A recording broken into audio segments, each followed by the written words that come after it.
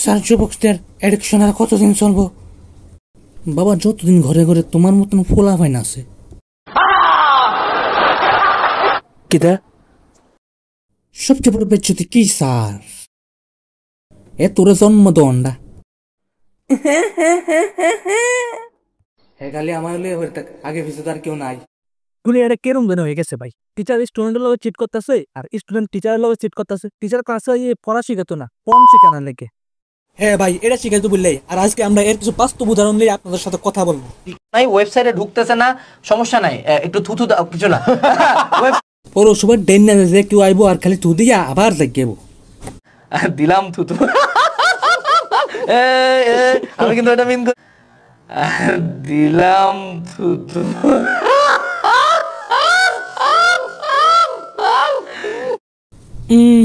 On কথাটা হইতেছে কিতা বাবা, মানুষ অনেক চালাক হয়ে গেছে, অনেক চালাক। তোমার চেয়ে একটা বাক্যে আছে।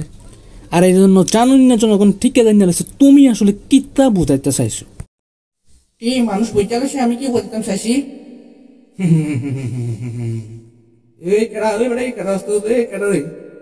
আমি এই জনগণ যে বুঝতে গেছে তুই কিতা বুঝাইতে চাইছ। আমি এই মানুষ যে বুঝতে গেছে তুই আসলে কিতা বুঝাইতে চাইছ।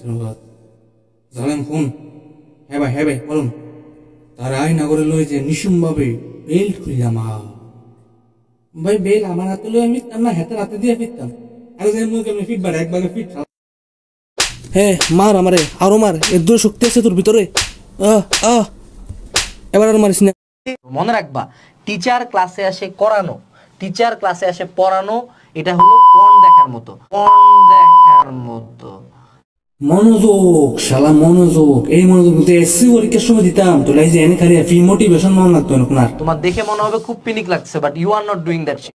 ভাই আমার ডর লাগতেছে ভাই, এডি দেখে সত্যি আমার ডর লাগতেছে। জীবনে প্রথম আমার কানের ভিতরে এডি ঢুকছে। আর আগে তো ফুলাফেন গুগলে সার্চ করতো।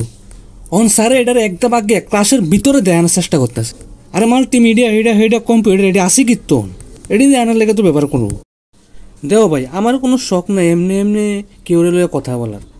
কিন্তু যদি তুমি উল্টা পাল্টা কাজ করো, যেমন সে একজন শিক্ষক, সে শিক্ষকতার নামে কী করতেছে, কী দেখাইতেছে ছেলেদের। তার ভিডিও থেকে পোলাবাইন জ্ঞান কম অশ্লীলতা বেশি শিখতেছে।